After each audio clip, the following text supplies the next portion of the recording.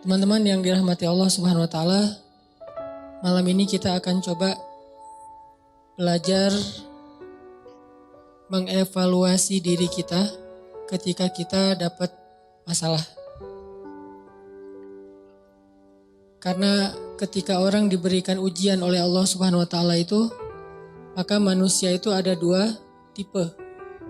Ada manusia yang berkeluh kesah dengan ujian, ada manusia yang bersabar atas ujian. Dan orang yang bersabar ini juga bermacam-macam bentuknya. Ada yang sabar dengan pasrah, ada yang sabar justru dengan memperbaiki diri.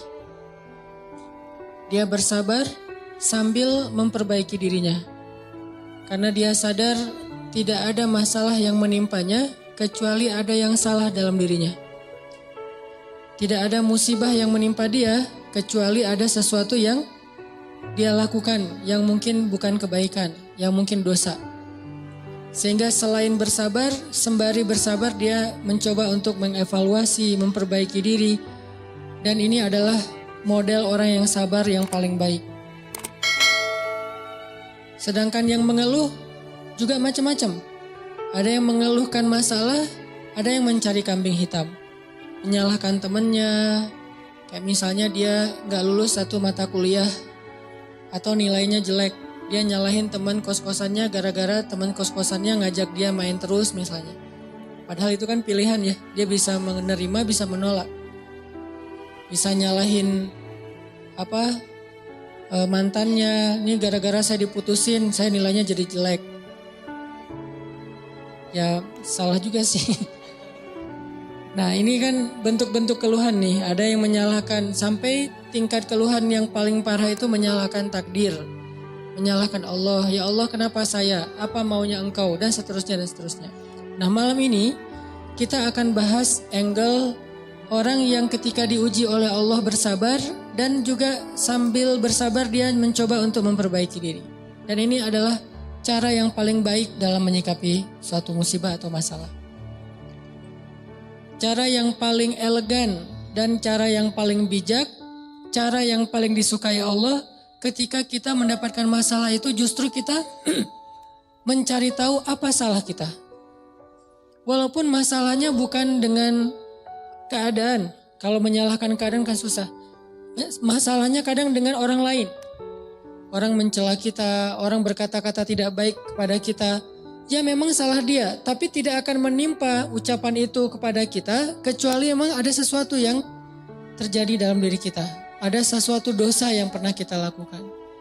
Nah ini namanya belajar bersabar sambil mengevaluasi diri. Bahasa fikihnya muhasabah diri. Menghitung-hitung apa kesalahan dalam diri kita. Kita akan bahas tentang ini, gimana caranya kita menghadapi masalah, menghadapi satu musibah, menghadapi satu kejadian yang tidak enak dengan sabar, tapi nggak sekedar pasif, nggak sekedar mengatakan innalillah wa inna ilaihi rajiun, nggak hanya sekedar mengatakan hasbiyallah wa ni'mal wakil, nggak hanya sekedar merasa ini adalah cara Allah untuk menaikkan derajat saya. Kadang kalau hanya kegeeran kayak gini nih, kita jadi nggak pernah menjadi lebih baik. Kan ada orang ketika diuji oleh Allah, boleh sih merasa bahwa ini cara Allah menaikkan derajat saya. Tapi kalau hanya kayak gini doang, rasa-rasanya kita terlalu kegeeran. Dan kalau terlalu kegeeran, kita nggak punya dorongan untuk memperbaiki diri. Kalau saya lebih suka angle-nya, kalau orang lain yang kena musibah, kita bilang itu untuk mengangkat derajat dia. Kalau kita yang kena musibah, kita bilang ini karena dosa-dosa saya. Angle kayak gitu tuh lebih enak, lebih produktif. Daripada dibalik, giliran kita yang kena musibah, kita bilang emang Allah tuh pengen ngangkat derajat saya, makanya dikasih musibah. Agak GR ya. Giliran orang lain kena musibah, lo sih banyak dosa. Nah ini nih, sering ada judgement kalau orang lain. Coba dibalik, judgementnya ke diri sendiri, ke orang lain tuh husnuzon. Ini lebih enak nih, makanya hadis-hadis penyebab terjadinya musibah itu kan banyak. Coba kita pilih beberapa hadis Satu kita berikan untuk menilai orang lain, yang lain kita ambil untuk menilai diri kita. Nah ini beda nih standarnya. Kayak tadi, kalau orang lain yang kena musibah, kita husnuzon, Allah lagi pengen dekat sama dia. Kita husnuzon, Allah pengen menggugurkan dosa-dosa dia. Kita husnuzon, Allah pengen mengangkat derajat dia. Kita husnuzon, emang orang yang paling dicintai Allah itu biasanya dikasih banyak ujian. Gitu husnuzonnya. Kalau orang lain yang kena masalah atau musibah. Jangan, tuh kan, saya bilang juga apa, tuh gara-gara dia dulu zalim sama saya sekarang dibalas sama Allah. Jangan gitu. Jangan kegeeran bahwa itu kayak karma ya. Gara-gara dia pernah nyakitin kita sekarang dibalas sama Allah. Belum tentu juga kayak gitu. Kegeeran kita tuh kadang-kadang bikin kita jadi gak pernah belajar. Merasa udah baik, walaupun dalam kondisi yang paling sulit juga merasa udah baik. Begitu dikasih musibah, wah Allah kangen sama saya nih. Harusnya ke orang lain kayak gitu tuh. Begitu dikasih musibah, wah Allah pengen menghapus dosa-dosa saya. Bagus, gak salah. Cuman kalau keseringan, ini namanya GR. Gak tahu proporsional gak kalau kayak gini terus. Harusnya jangan hanya ini, diutuhkan juga dengan satu angle lain, yaitu angle, oh saya ada salah, oh saya ada dosa, oh saya ada yang keliru. Makanya datang musibah itu tidak akan terjadi musibah kepada saya kecuali karena kesalahan saya sendiri. Kan hadis qudsinya kayak gitu. Hadis qudsi kalimat, salah satu dari kalimat hadis qudsi yang panjang, hadisnya itu panjang banget, 1 halaman. Salah satu kalimatnya tuh Allah bilang, hadis qudsi itu kan Allah yang ngomong ya. Cuman captionnya dari Nabi.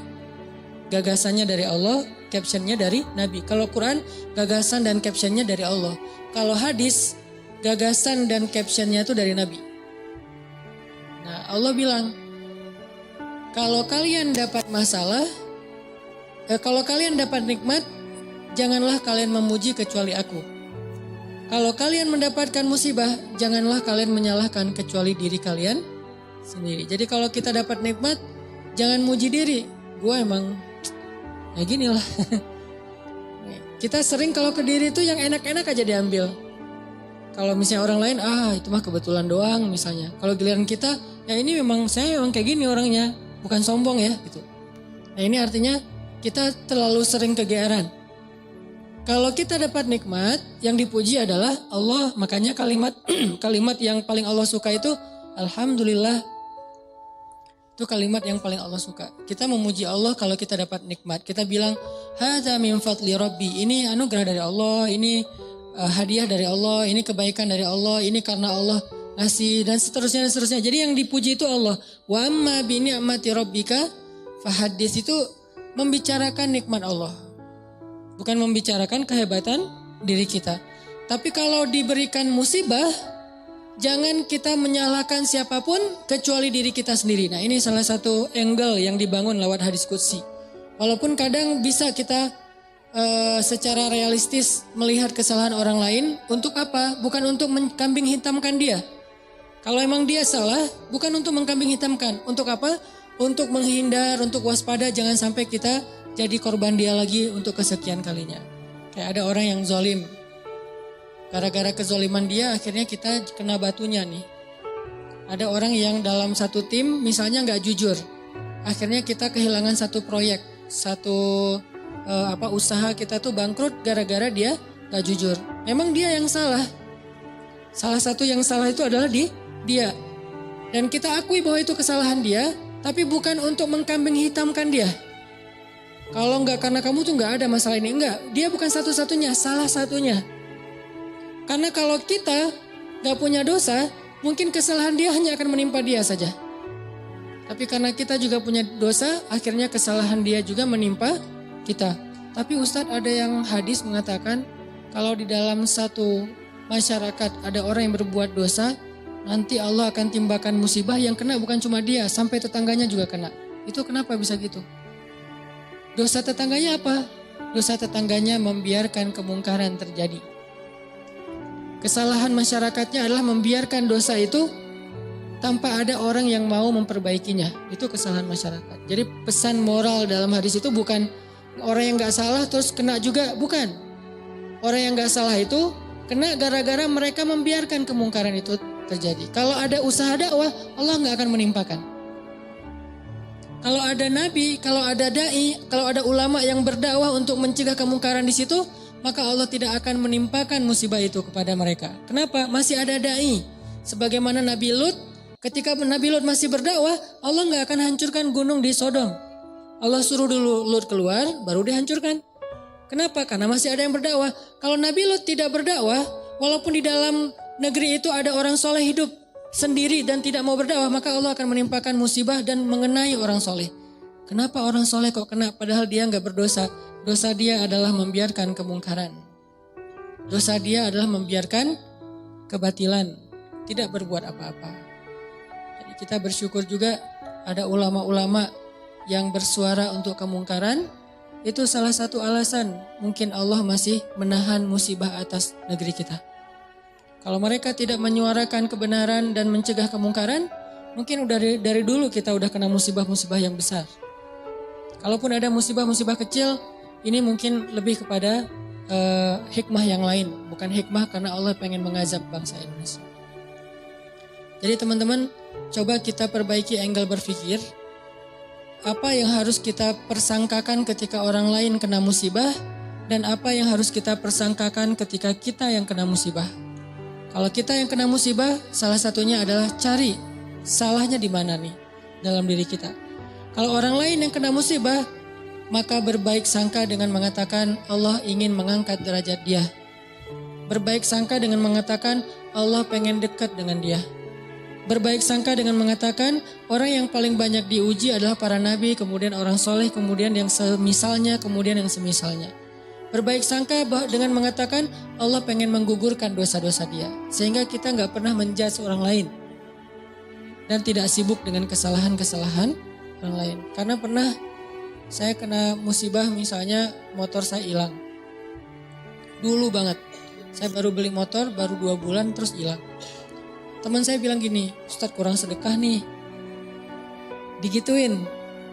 Ya sih, saya nggak mungkin dong saya ngebantah kan ya. Oh iya ya mungkin. Cuman kan nggak enak ya. Orang lagi kena musibah, bukannya dia empati atau apa gitu, malah Ustadz kurang sedekah nih. Dia menjudge. Dan kalau saya kepancing, nggak tahu sedekah saya kayak gimana kan habis pahala sedekah saya. Udah pahala sedekahnya cuma sedikit. Riak pula gara-gara kepancing sama dia, hilang kan, gak ada manfaatnya kan ya. Dan itu sering loh mancing-mancing kita jadi riak. Kadang-kadang riak kita tuh bukan direncanain, bukan gua pengen riak nih, enggak. Kalau kelas kita insya Allah gak gitu-gitu amat lah. Gak mungkin kita sedekah pengen pamer, kita beribadah pengen pamer, kita tilawah pengen pamer. Kita tahu lah itu mah sia-sia.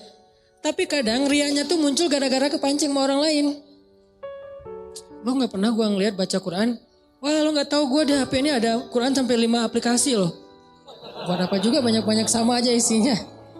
Aplikasi Al-Quran tuh ada 5 di sini dan sehari tuh coba lo lihat dan terakhir udah baca sampai surat berapa. Kan kepancing tuh. Riak lah kita gara-gara orang lain. Atau misalnya taklim atau apalah.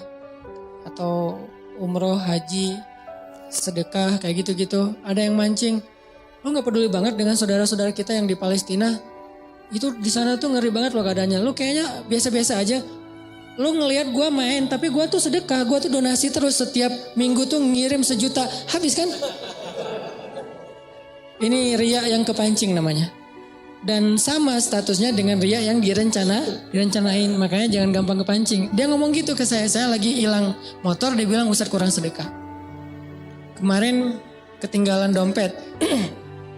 Ketinggalannya di rumah ternyata. Gak tahu kemana dompet, panik gitu kan. Soalnya SIM 2 di situ baru dibikin. Udah gitu kartu ATM gitu terus ada foto anak. Alhamdulillahnya gak ada duit. Tapi kan kartu lumayan tuh. Blokir ATM dulu, terus mau ngirim mau ngurus SIM juga, ngurus KTP. Apalagi sekarang lama ngurus KTP-nya. Masa kemana-mana saya mau bawa surat gitu nunjukin kan naik pesawat. Males banget kan ya. Gak keren kalau gak ada kartu teh. Mana-mana mau check-in pesawat, tunjukin kertas. Aduh gimana rasanya nih, berat.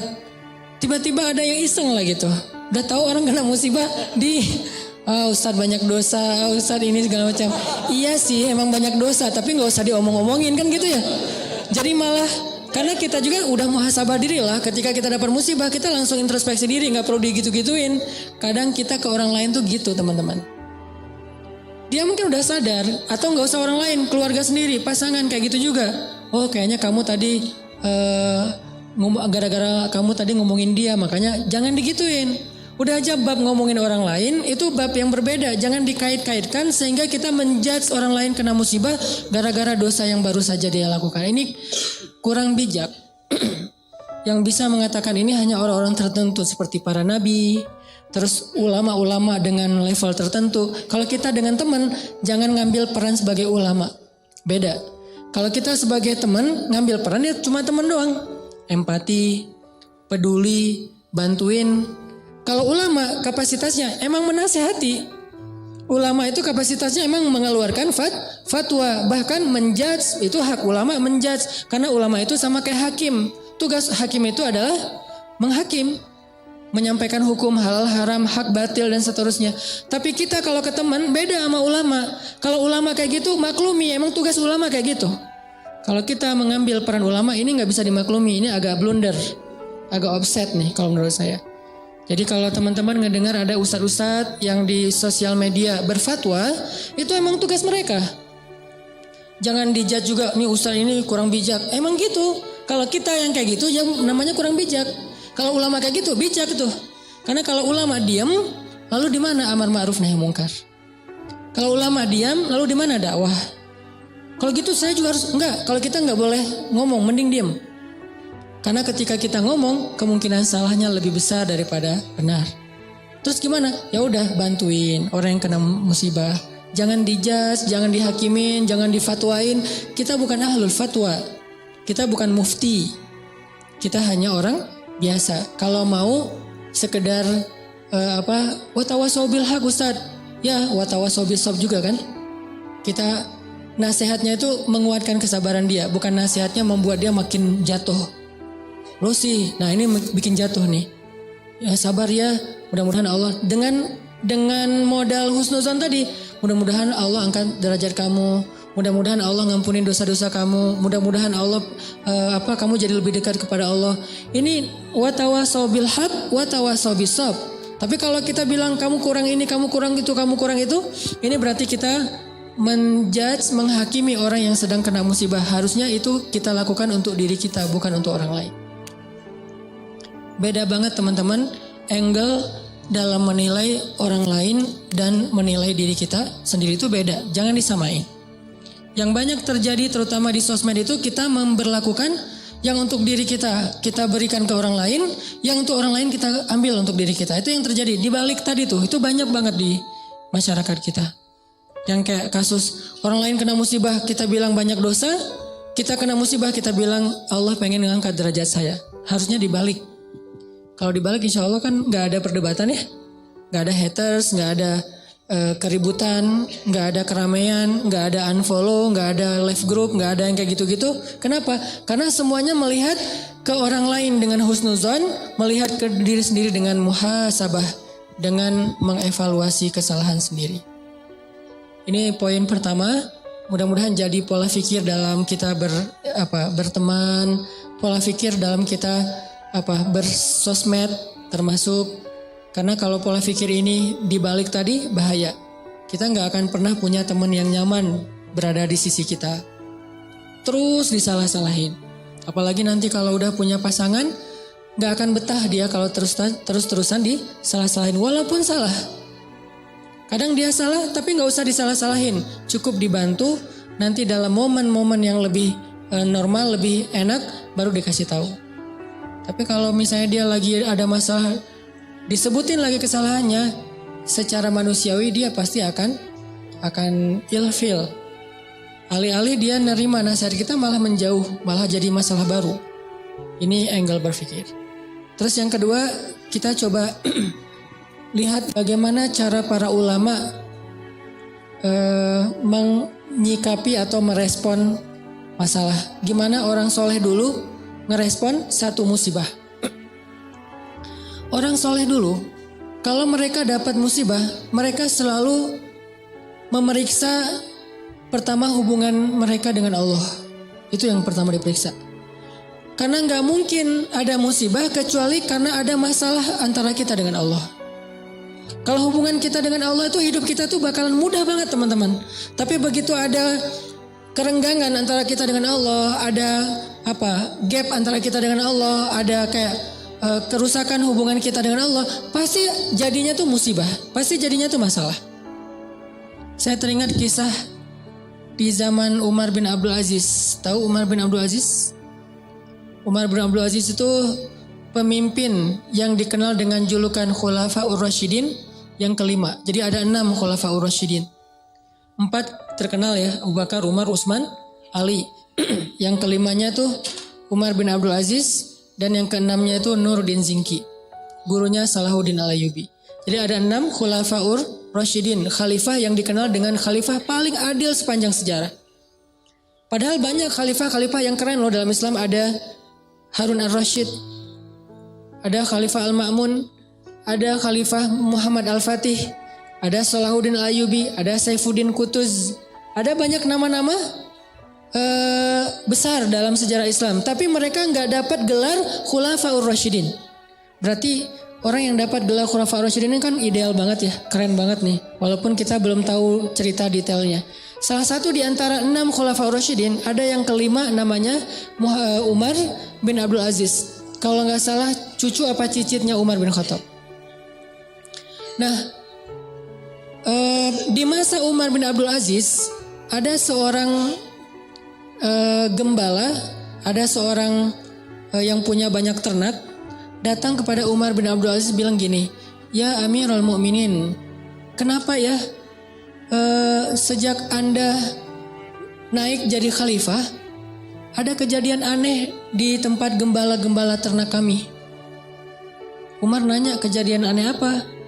Ya kejadiannya aneh, soalnya dulu tuh yang namanya serigala sama domba itu pasti kan musuhan ya. Serigala tuh kan selalu meneror ya, menikung. Serigala itu selalu berburu domba. Jadi domba itu makanan serigala tuh. Tapi sejak Umar bin Abdul Aziz jadi khalifah, sekarang serigala itu adalah penggembalanya domba, ngawal domba. Jadi serigala yang ada di gunung turun untuk mengawal domba. Gimana ngawalnya? Kan saya pernah posting tuh yang di New Zealand. Gimana seekor anjing dilatih untuk menggembalai domba. Domba dibawa ke padang rumput, nanti sore dibawa pulang lagi ke kandangnya. Bukan lagi tugas penggembala, dilakukan oleh para serigala. Bayangin, pemangsa yang selama ini selalu memangsa serigala secara diam-diam, sekarang malah mengawal serigala ke tempat padang rumput dan sore hari mengawal mengawal domba pulang lagi ke kandangnya. Apa yang terjadi ya Amirul Mukminin? Serigala sekarang malah menggembalai domba. Apa kata Umar bin Abdul Aziz? Kami adalah kaum yang selalu memperbaiki hubungan dengan Allah, maka Allah memperbaiki hubungan antara kita dengan makhluk. Kami adalah kaum yang memperbaiki hubungan dengan Allah, maka Allah pun memperbaiki hubungan antara domba dengan serigala. Bayangin, musuh bebuyutan bisa baik hubungannya oleh Allah Subhanahu wa taala. Ala kulli syai'in qadir. Apalagi cuma calon mertua yang pernah nolak kita, biasa banget itu, gampang. Ini serigala loh, yang makan domba, bisa jadi pengawal domba. Apalagi cuma nolak, nggak dimakan kan? Nggak diapa-apain, nggak sampai disakitin, nggak sampai dirampas, nggak sampai dibegal. Kecuali calon mertuanya begal. Nggak diapa-apain. Nah apalagi yang masalah-masalah sepele dengan pasangan, dengan teman, dengan apa, masalah rezeki. Jadi kalau kita punya masalah, kayak kita lagi punya bisnis sama teman-teman nih berlima. Udah modalnya cukup, konsep bisnisnya udah mateng, marketingnya udah ahlinya, produknya udah ada. Kenapa masih rugi aja? Udah berjalan sekian tahun, rugi sampai hampir bangkrut. Jangan hanya cari tahu kesalahan teknis. Oh kayaknya nih konsep marketing kita masih kurang bagus nih, sales kita kurang jago nih, atau branding kita kurang bagus nih dan seterusnya. Bukan hanya itu yang perlu kita evaluasi. Yang nomor 1, evaluasi dulu hubungan kita dengan Allah SWT. Setiap kali kita punya masalah, pertama yang harus kita tanya, jangan-jangan saya nih ada masalah sama Allah. Dan itu yang selalu saya lakukan. Kalau saya punya masalah, saya langsung tanya, nih kayaknya ada yang gak benar nih saya sama Allah. Mungkin sholatnya kurang khusyuk, mungkin beberapa kali jadi gak sholat di masjid karena sibuk atau karena ketiduran, karena apa. Oh kayaknya kebiasaan saya malam misalnya bangun, enggak saya, orang lain malam misalnya dia tahajud, terus tiba-tiba beberapa malam ini dia gak tahajud, akhirnya Allah kasih musibah mancing biar dia tahajud lagi. Kebiasaan dia tilawah 1 juz, tiba-tiba beberapa hari ini cuma beberapa lembar, Allah kasih masalah. Pokoknya kalau kita dapat masalah, yang pertama harus kita evaluasi hubungan kita dengan Allah.